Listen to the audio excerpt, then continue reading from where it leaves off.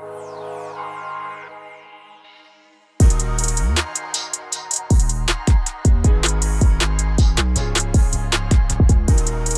Jordan. What's up, Michael? I'm coming to you from an undisclosed location. Yeah, you're like Edward Snowden right now. I literally am in Siberia. What were you just sipping on there? Was that in line with your fat loss goals? It looks creamy. You bet it's in line with my fat loss goals. It's a nitro cold brew with a little bit of milk. Very nice. What kind of milk? 2% lactate, because I can't handle the lactose, so a little 2% lactate milk. Nice. I like it. Yeah, man. What are you drinking? Just water? Just ice water. Just finished my post-workout. Got to my undisclosed location here on the road. Not missing podcasts. How's your workout? You have a good workout? Yeah, it was a 6 out of 10. Okay.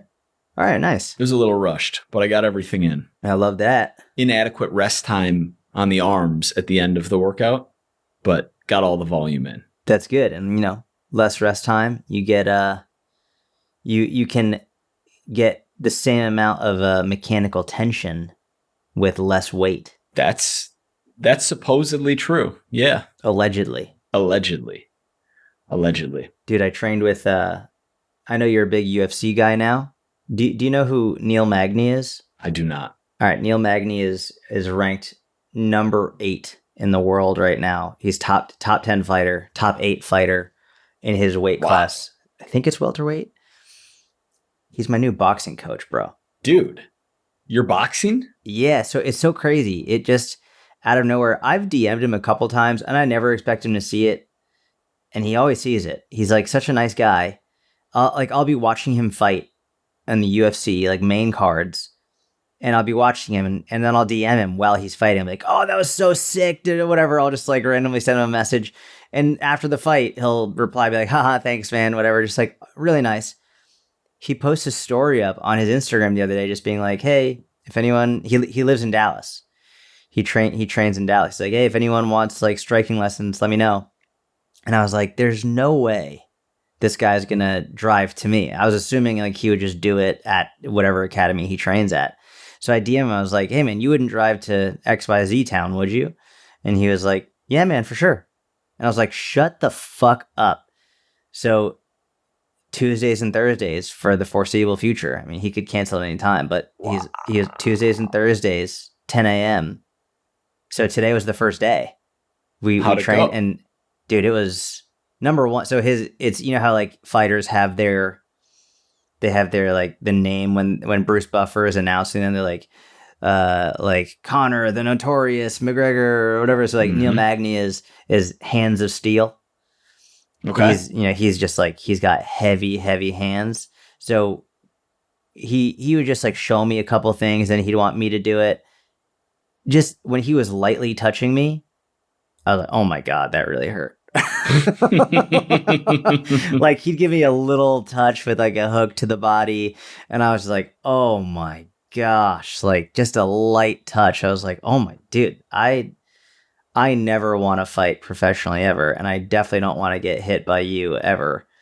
But it was great. It was really, really cool. We jumped right in, really cool, like super nice, down to earth guy. So yeah, that was like a dream come true right there. I don't know how long it'll last. I doubt it'll last very long, but if it does, then great. But it was very cool. Were you looking to do some striking and the opportunity just came, or not really, but because the opportunity was there, you're like, I can't pass this up? I wasn't actively looking or seeking out striking at all. I've always wanted to learn about it. It's one of those things where I love watching the fights. I love watching mixed martial arts, whether it's UFC, Bellator, whatever. I generally prefer when they go to the ground because that's what I know. Like I like watching them wrestle. I like watching them do jiu-jitsu. That's what I know. I can see what they're setting up. I can see what they're going for. When I'm watching them strike and I'm listening to the announcers call it, I still don't even really understand everything when I'm watching them strike. I don't know. I can see basic things. Obviously, I know what type of punch they threw. Obviously, I know like when they're feinting. But it's different to know what they're doing. It's another thing to know like what they're setting up, what they want the other person to think they're trying to do so that they can then do something else. So I don't know striking to anywhere near the degree that I know grappling, wrestling, jiu-jitsu. So I've wanted to learn for a long time. And so when I saw him post it, I just instinctively I was like, yeah, let's do this. Let's see. And I didn't think he would. I was like, there's no way he's driving out to my town. And he was like, yeah, no problem. What do you think his angle is? Like, is that level? So when you first said top 10 and then you said top 10 is weight class, is that not like a position that gets paid a lot in the UFC? And so he's training people on the side to support himself? This is opening up a whole can of worms. And within the mixed martial arts community, the UFC gets hated on a lot because they don't pay their fighters enough. Now, I don't know the inner workings of it, but I do know other organizations pay fighters way better than the UFC does. And in the UFC, the only way you make real money is if it's not even necessarily about your ranking as much as it is about how much of a superstar you are to people. So, obviously, if you become a champion, you'll make more money. But it's even less about that and more about how much of a draw you are based on your personality, which is why we've seen really since Conor McGregor, more people coming out and acting brash and saying crazy things because they become more of a draw. They put more butts in seats. So I don't know how much money he makes. I don't want to make any false speculations as to why he's doing this.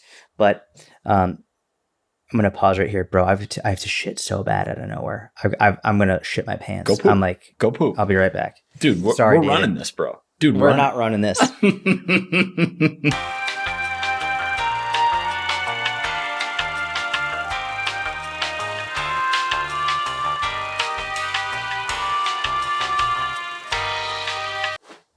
All right, bro. If you want, we can keep that in, man. If you want, just make it funnier because it's not going to be the best podcast. But I'm now wondering if that milk was not actually lactate because, dude, I don't think that was lactose-free milk. That I haven't had anything happen to me like that in years since I don't really have milk anymore. Dude, that was awful. And I'm hoping it doesn't happen again. I'm sorry, bro. So you're saying that on the Bristol scale, it was like a 6 or a 7? I don't remember.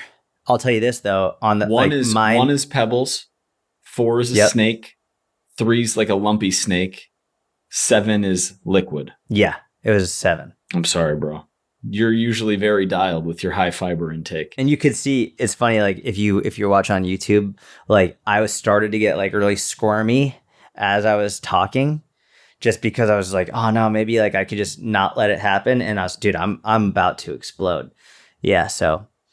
No worries, man. Wow, that was terrible. I'm so sorry to hear that. Anyway, I don't want to make any false speculations about why he's doing this, but I would imagine that if he was getting paid sufficiently for number 8, being a top 10 in your weight class is like literally best in the world. Top 10 in your weight, never mind being in the UFC, but top 10 in the UFC in your division is insane.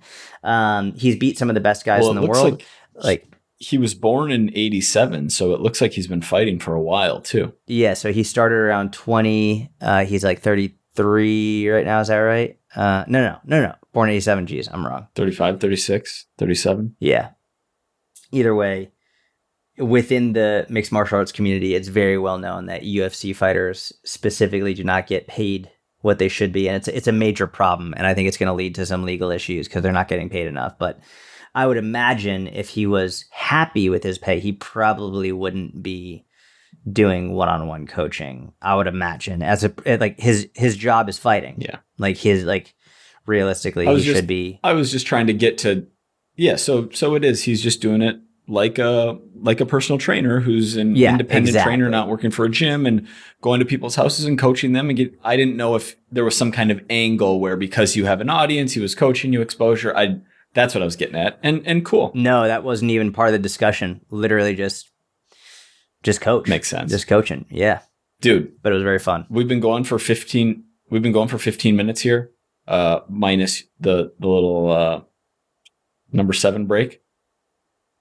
I'm in this undisclosed location, sitting under fluorescent lights, and I can feel like cancer brewing in my cells. Oh, geez. I do not know how people. No, I'm serious, man. I'm like feeling ill. You know what? We're going non-undisclosed. I'm going to show you what's going on in here. I'm just going to show you what this room is. We have like. I feel like you're in Men in Black.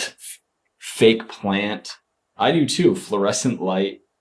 David's probably like, what is this episode? Like. Yeah, dude. It doesn't look good at all. Oh, geez. Giving me eye cancer with that light. Actually.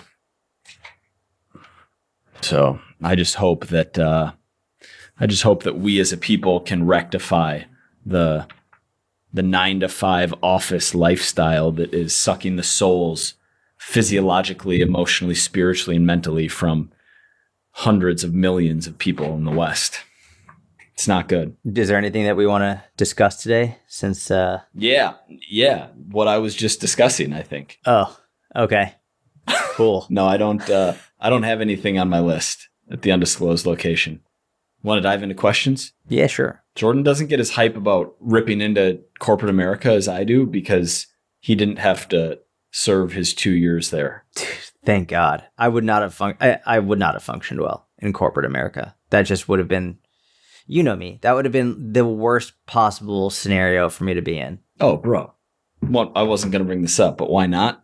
Because we talked about my new golf strategy last week. Oh, I forgot about that. Yeah. I shot a 36 on the front 9. Dude, that's insane. I've never broken 40 on a 9 in my entire life. I'm not a good golfer. You are a good golfer. I'm not a good golfer. I'm just, for the amount of time that I've golfed, I'm not a good golfer. Man, 36 is wild. 3 birdies, 3 pars, 3 bogeys. Wild. And then followed it up with a 46 on the back, which is much more my speed. But yeah. Congrats. All right. Let's get questions. Mike, what's your body fat percentage? What feels best for you? What am I now or what feels best? Both. I'm 12-ish right now.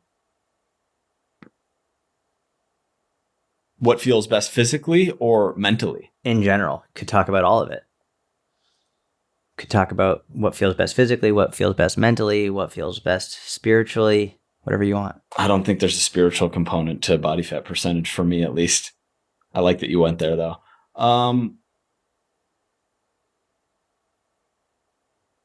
Probably around this 10 to 12 feels best physically. And okay. Probably similar mentally / on the lower end of the range, probably. But, you know, yeah. I mean, just being able to eat enough food and not restrict feels best from a performance perspective, doing anything, whether that's strength training or doing like longer distance cardio or playing sports or golfing or anything. If you're in a deficit and quite lean, I at least am going to fatigue more doing those things than being fully glycogen loaded up and not in a deficit. That makes sense. Yeah. 10 to 12, single digit. I mean, obviously being leaner looks better without a shirt as a dude, but you look better in clothes with a little more body fat, right? If you're more natural. Full. Yeah. Yeah, more full. Yeah, exactly. Chest, shoulders, arms, back. And it's just more enjoyable getting to eat. Yeah. I think I'm probably around like 18. You think so? Yeah. If I was like doing the thing that most people do when they underestimate, I'd say 15. But no, I think I'm probably closer to 18 right now. But okay. I think my ideal is like around 15. Like for like around 15 is where I feel best. How much do you weigh right now? Like 157. And sorry, now I feel like I'm blowing up your spot, but what did you did you start the mini cut at 157? Yeah, I haven't really been, Oh, are you not doing daily scale on Instagram and all that? I haven't officially. I thought this was one of your like times where you were doing that. You're not doing it as intensely. No. I'm more just like, I'm just cleaning up. I'm not eating shit right now. And I'm like just eating better overall. I am tracking and I'm weighing just to get an idea of where I'm at. But yeah. Cool. So 157 and 18% on the conservative side. I might be leaner. I might be a little bit leaner. But like I after that Martin Birkin when I was a kid and I was like, hey, I think I'm this. And he's like, actually, you're this. I was like, oh, okay. Now I go the other way.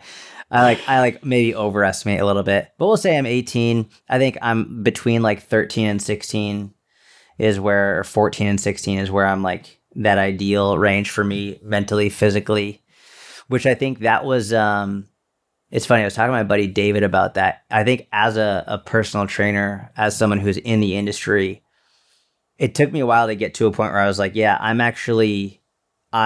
my ideal is higher than what the industry might say is ideal, which I think was very difficult for me. Or like where I think a lot of people in the industry feel like they need to be. I used to feel like I needed to be way leaner all the time because I was in the industry or because I'm in the industry. And it took, I don't know, a huge percentage of my time in the industry and sort of figuring out who I am and what I want to help people with for me to realize, yeah, you know what? Being lean is actually, not only is it not ideal for me, but me trying and spending so much of my time to be leaner for the sake of being leaner when it's actually not improving my health is actually not good for people who are following me either, right? Where it's like, there's obviously that balance where I don't want people who are morbidly obese to like be like, hey, I can stay here, because obviously not. But it's finding the balance of, hey, this is where I'm healthiest mentally, physically, and emotionally, but also like physically is a part of that. So like my physical health wouldn't get better exponentially by going from 15% to 12%. It's not like that would be the change in my health, and the potential drawbacks mentally and emotionally might actually cause more health damage than the positives of getting lower body fat. That's a point that most people don't consider and most coaches don't consider, is that it's not just blood work, it's not just physical health, but it's also how you're doing mentally and emotionally. Mm-hmm. I think it's pretty, and you used the word, your physical health wouldn't get exponentially better, which is correct. Yeah. Obvious, right? Going from 35% body fat to 18% body fat is going to have a drastic impact on your physical health. Going from 18% body fat to 12% body fat might give you, and you're not even 18. Let's just say going from 16% body fat to 12% body fat might give you a marginal improvement in your physiological health. But if you're struggling to get there, if it's giving you issues with food, if you're constantly thinking about food, if it's like dominating your mind space and hurting your life, is it worth it for a 1 or a 2% improvement in some physiological markers? No. I mean, clearly no for you, and no for many people. Yeah. But it's important to weigh all the pieces of the puzzle, not just, if I think of that billionaire dude who's investing $2 million a year into optimizing his longevity. Oh yeah. Guy's just an idiot. Yeah. Well, by the way, I think he's probably brilliant in a lot of ways, but a lot of what he's doing with his experiment, it's like, and that's his thing, right? I don't think he's trying to say everyone should be doing this. He's treating it like an experiment because he's interested in it. Is this the guy who says he can literally is trying to live forever? Like he just won't die? I believe so. Yeah, come on. I actually saw a really good meme the other day that showed him, and I'm actually not ragging on him because I think what he's doing is interesting. I'm not into it at all, and a lot of like the measures he's taking, I think are incorrect.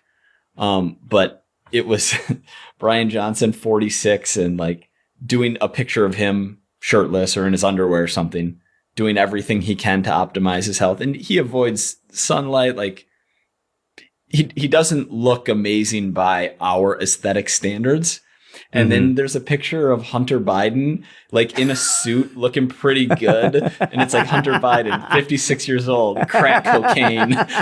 And then it was really funny. Now, does that mean that you should do crack? No, obviously. No, of course it's just not. funny. Of course the not. internet wins. That's just funny. But yeah, it's that's why there's individual variation in what your goal body fat percentage should be, or what your quote unquote set point or range is, because everyone's a little different. Everyone feels different physiologically and mentally at different levels. And as long as you're in a reasonably healthy range, that's amazing, right? You don't need to be 7%. You don't need to be shredded out of your mind year round to be healthy. And that's a message that I think has resonated more in the last 5+ years in the fitness industry, or at least our corner of it, compared to 10 or 15 or 20 years ago, having more realistic standards and expectations in terms of what you're going to look like walking around day to day as a non-drug user and someone who's not just in a deficit 12 months out of the year. Yeah, which is great. But we need to balance that with what our actual bigger problem is on a population level, which is 70+% of Americans are overweight or obese. So it's the unrealistic standards balanced against this preposterous health at every size movement, where there's the golden middle, the golden mean, as Aristotle once put it. Yeah, I was thinking. I was thinking from the perspective of, as a coach for other coaches. I know there are many coaches, or I'll say this from my perspective rather than putting words in other coaches' mouths. When I was younger, I wasted a lot of time and energy trying to look a certain way because I thought that that's what I needed in order to be a successful coach. Not because it was actually healthier for me, not because it was actually better for me, but because I would do things because I thought if I was going to be a successful coach, that's what I had to do. Ironically, business has improved the more I've leaned into what's best for me, which what's best for me is obviously not being shredded, but also not being obese, right? It's being a healthy body fat percentage, living a healthy life. I've also found that it really does depend on your target market. Like if my target market was physique competitors, I would be broke. I would have no clients, because physique competitors look at me and they're like, "What? Are you serious? Like, there's no way." Whereas people who are everyday moms and dads and just regular people who look at physique competitors and are like, I don't want to look like that. The people who look at the physique competitors like, I would never want to look like that. That's who, number one, I'm trying to help. That's who I want to help. So it does, I think, especially if you're a coach and you're in the industry, oftentimes you will judge yourself by the physique competitor standard, even if that's not the standard that you are interested in being in. You don't even want to serve that community. So you should stop judging yourself by that standard. Not to mention, I don't think that is also incredibly unhealthy. Being it's funny when you get to that you're standing on stage. I was just talking about this the other day. It's so funny to me. You and I have spoken about how bodybuilding, physique competition, it is a sport. We think it's a sport. It's the only sport that you are actually at your worst when you're competing in terms of your physical preparedness, right? Like, you look good, but in terms of your energy, you're at your lowest. Your strength, you're at your lowest. Your conditioning, you're at your lowest. Like, when every other sport, when the day you compete, you've peaked. It's like everything is the best it should be. It's the complete opposite with bodybuilding. It's very interesting. It's performance versus aesthetics. Right. Because in every other sport, you're performing on your day, on the day of the competition. Whereas you're performing, basically in bodybuilding, you're performing every day leading up to the competition. And on the day of the competition, I mean, sure, you're pumping up backstage, but the performance is standing and flexing. Yes, it's your body, how it looks. Yeah. Yeah. Did you ever see the movie Oppenheimer? Dude, I'm glad you reminded me. I have not, and I really, really, really want to see it. Have you seen it? We watched, it's a 3-hour movie. We watched 2+ hours last night. We're going to finish it tonight. But I wasn't that excited about it when it was launching. It was this big Oppenheimer versus Barbie. I was like, I'm not interested in either of these movies. I haven't, I don't think there's been a good movie made in the last 6 years minimum, period. Yeah. And then when it came out, my brother-in-law and a couple friends saw it and said it was slow and it basically didn't live up to the hype. And so I wasn't going to see it. Over 2 hours in, I think it's really good. I've enjoyed it a lot. Really? Yeah. Mm-hmm. What about it are you liking? Stuff that you would like. The history, seeing his life before he started working on the bomb. Yep. He was loosely affiliated with the Communist Party, the people who he was hanging out with. It was interesting, and to think, okay, he was doing this in 1924 with everything that was going on in the world. He was doing this in 1928 with everything going on in the world. Just talking about what's going on in Germany in the 1920s, what's going on with Russia in the 1920s. It was interesting, and the dialogue's very good. Yeah, I'm not into the theatrics of it. So the bomb and the cinematography are great, but I don't really care. What do you mean? With the the theatrics of? So think about every Christopher Nolan movie. Think about Interstellar. Think about Dark Knight. Think about, I'm trying to think of movies that just have big grandiose scenes and cool camera work and loud noises, just cinematography. Yeah, explosions and stuff like that. There's that, which I know people like, which is why many people wanted to see it in the theater, but that isn't necessarily something I'm watching for. But we'll see. There's 45 minutes left. I'm interested how they close it out. It's less about the theatrics and more about the actual story and the people involved and their history. That's what you're more interested in? That's what I have enjoyed, yes. Yeah, and you've enjoyed it more than you thought you would based on what you knew of Oppenheimer and that? Yes. Interesting. All right. I'm going to try and watch that this weekend then. I've been meaning to watch that. So yeah, that's definitely right up my alley. I wanted to see it in theaters, but it was I wanted to see it in IMAX, but it was sold out for the entire time. And I even was going to go to a 6 a.m. showing and it was sold out. It was, yeah. I need to see that. Watch it. Okay, here's an interesting one.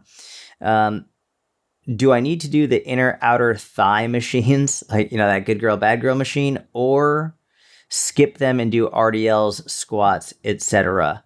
This is an interesting topic, and I think it highlights a false dichotomy within the industry that, especially when you and I were coming up in the industry, people were like, never do those machines, they're stupid, da-da-da-da. What do you think? Do you think they're worth it? Do you think they're not worth it? What are your thoughts? I think they're worth it based on personal experience and based on going basically my entire life not touching that machine, because I can do a compound movement that is going to allow me to hit these same muscle groups, and it's more effective, more efficient. I can load it better. I don't need these. I think that's probably more correct than a group of people who never did any kind of hinging pattern, any kind of RDL, any kind of free weight squatting, only did machines and swore by the good girl, bad girl. I think only doing free weight compounds is more right. But what I have found is the combination of free weights and machines using all of the equipment we have available to us is best. And specifically, because the question is about the adductor abduction machine, I found an insane imbalance that I have with adduction. Mm-hmm. Like I can more or less rack that machine, to use the Dean Bambaka calf raise terminology, where he would rack the calf raise in high school and not do any other movements. I was very proud of that. The external rotation, the glute work, the abduction, no problem. I always assumed it was a groin, playing hockey and then, playing like flag football in college multiple times. Could have been an adductor, but I assumed it was my groin. When I recently tried the adduction, so the good girl, so when you're squeezing your thighs in together on that machine, I could barely do any weight. Like legitimately, like 3 plates. And not 3 plates as in 315, 3 plates, like 30 pounds on the stack. Yeah. And over the course of a number of weeks was able to just add 10 or 20 pounds per week, but improve my range and strength on that movement pattern. Felt really good. So I got a little off track, but both free weights plus machines, optimal. I think that was perfectly on track. I completely agree. I think one of the greatest errors in modern day strength training, and when I say modern day, I sort of mean when you and I were coming up. I think it's less like it now. I think this type of stuff is more acceptable now. But when you and I were coming up, we were always taught compounds train everything. You don't need to do anything else. If you're doing compounds, you're good. Squats, deadlifts, presses, you don't need isolations. I think it's one of the greatest harms that the industry has done in modern times is making it seem like compounds is all you need and isolation is worthless and a waste of time. It infuriates me. And it's so wrong. It's wrong to think that number one, like you're training the muscles in a completely different format. You're training them through different ranges of motions. You're training them through different loading patterns, through different vectors. Your adductors are training through one plane of motion and one loading pattern and one vector when you do squats and deadlifts. It's a completely different way of training them when you do them on the adductor abductor machine. It's completely different. And I think it's incredibly helpful, incredibly beneficial. The good news is you don't need that machine. For example, if you want to train your adductors, you could do a Copenhagen plank as another form of training your adductors. You could do a pulsing Copenhagen plank if you want to train through that range of motion as it adducts and abducts. This is one of the reasons I've really enjoyed doing the middle split work, because I'm training my adductors in that capacity. There are so many ways to train them and isolate them. And especially coming from your background as a hockey player, knowing these groin issues, these adductor issues, that would diminish significantly if people actually strengthened those muscles in that isolated capacity. I think it's incredibly helpful and important, both from an athletic performance perspective as well as an aesthetic perspective. I think it's and an injury prevention perspective from all of it. It encompasses everything. I think it's unbelievably important.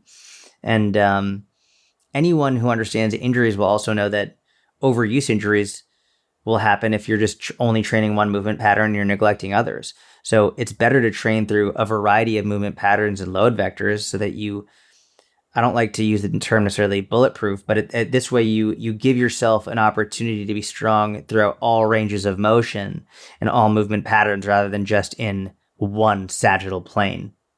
It's super helpful. So yeah, I love that machine. I literally, for a while, was thinking about getting it for my home gym, and I was like, I don't think I can justify that space yet. Like I'll just do Copenhagen planks for the time being. Yeah, that would be a crazy investment for a home gym because it's not multi-use, right? You can only do 2 exercises on it. It's huge and it's expensive. Yeah, exactly. Yeah. And if you have a limited space, it's just not even on the top. It shouldn't be in like the top 100 pieces of equipment you buy first. All right. We'll leave it off there. We got a mentorship Q&A. Sorry for the short one, but every week, even, from remote locations with fluorescent light. So please like if you're watching on YouTube. We appreciate you watching, listening. We'll be back next week, Tuesday. Anything else, Jordan? Thank you very much. Have a wonderful week. Talk to you soon.